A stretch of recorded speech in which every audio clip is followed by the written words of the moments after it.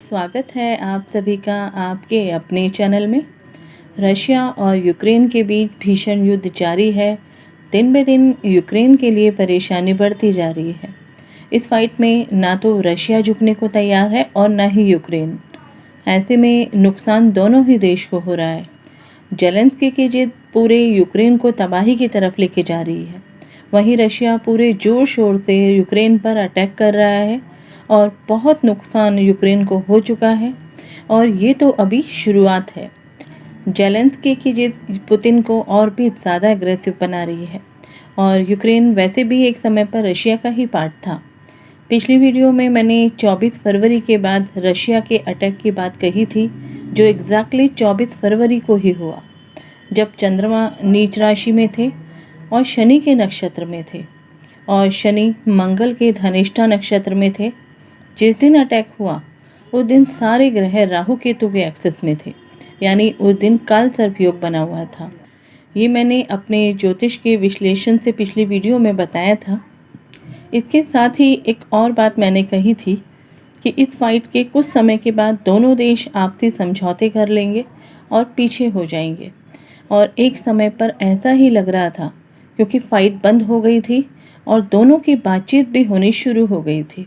लेकिन जेलेंस्की ने पुतिन की शर्तों को नहीं माना और बातचीत होने के बाद भी कोई भी हल उस समस्या का नहीं निकल पाया और रशिया द्वारा यूक्रेन पे अटैक पर अटैक होते चले गए और बहुत बड़े बड़े नुकसान यूक्रेन को हो गए हैं।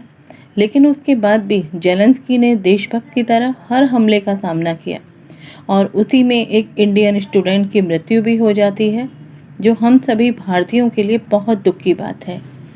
ईश्वर उस बच्चे की आत्मा को शांति प्रदान करे। मैंने कुछ वीडियोस दिए थे अपने ज्योतिषीय विश्लेषण के द्वारा यूक्रेन के चार्ट पर शनि मंगल के ट्रांजिट पर, शनि के मकर राशि और कुंभ राशि के साथ साथ धनिष्ठा नक्षत्र के भ्रमण और देश दुनिया के लिए बहुत घातक स्थिति पर। वो सारे वीडियोस आपको चैनल पर मिल जाएंगे, आप उन्हें सुन सकते हैं।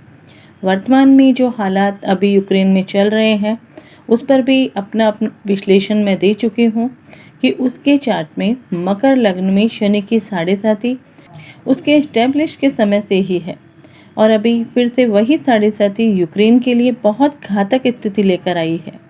अभी 28 अप्रैल के बाद यूक्रेन के लिए सिचुएशन और भी ज़्यादा ख़राब हो सकती है। मैंने लास्ट वीडियो में भी कहा था कि रशिया यूक्रेन के कुछ हिस्सों पर अपना कब्जा कर लेगा, जो धीरे धीरे वो कर रहा है। अभी आगे रशिया और भी बड़ा करने वाला है।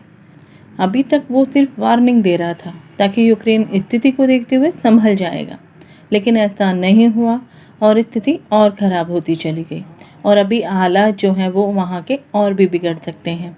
28 अप्रैल के बाद शनि कुंभ राशि और मंगल के धनिष्ठा नक्षत्र में रहेंगे।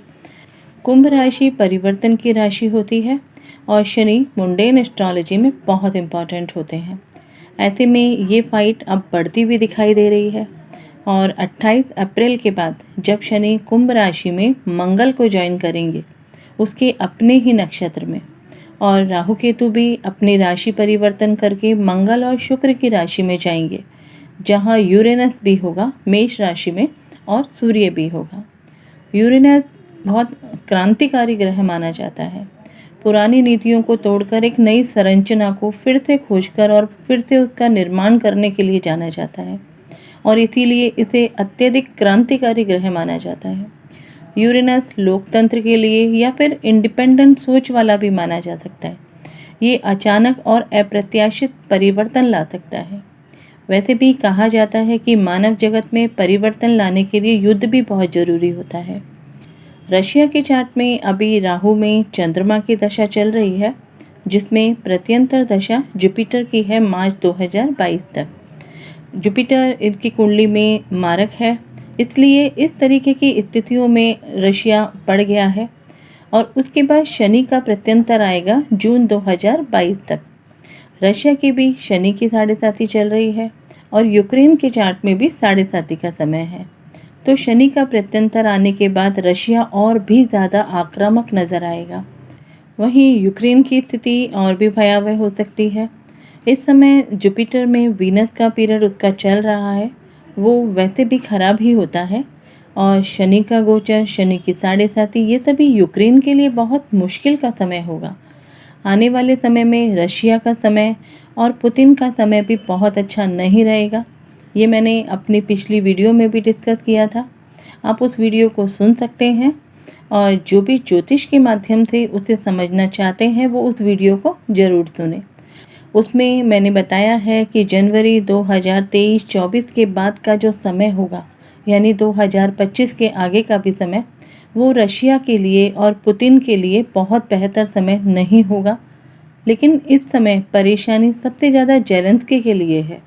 इस समय उनकी मार्केश की महादशा है और प्रत्यंतर दशा भी मार्केश की है, तो उनकी ये गलती उनको बहुत भारी पड़ेगी।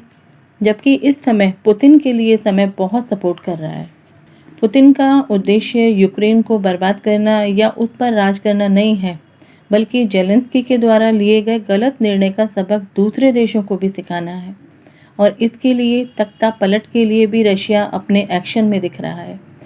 ऐसी स्थिति को देखकर आप लोगों के दिमाग में भी एक सवाल जरूर आएगा, जिस तरह से रशिया न्यूक्लियर अटैक के लिए भी चेतावनी दे रहा है, वार्निंग दे रहा है, वो भी कुछ स्थिति को देखते हुए ही दे रहा है। क्योंकि रशिया को ये मालूम है कि अगर उसने न्यूक्लियर का अटैक किया तो न्यूक्लियर अटैक का मतलब होता है वर्ल्ड वॉर, और वर्ल्ड वॉर इस समय होना नहीं लगता, इसलिए वो अटैक नहीं करेंगे। उससे होने वाले नुकसान के बारे में भी रशिया को बहुत अच्छे से अंदाज़ा है। तो रशिया जो कुछ भी कर रहा है वो सिर्फ सुरक्षा के कारणों को देखते हुए कर रहा है। ईश्वर से यही प्रार्थना है कि अगर इसी को अच्छे के लिए परिवर्तन कहते हैं तो ये परिवर्तन देश दुनिया के लिए, हित के लिए हो और मानव जाति के लिए बेहतर समय के लिए हो। आप सभी अपना और अपने परिवार का ख्याल रखें, सुरक्षित रहें। मिलते हैं एक और नई ज्योतिष की जानकारी के साथ। जय हिंद, जय भारत।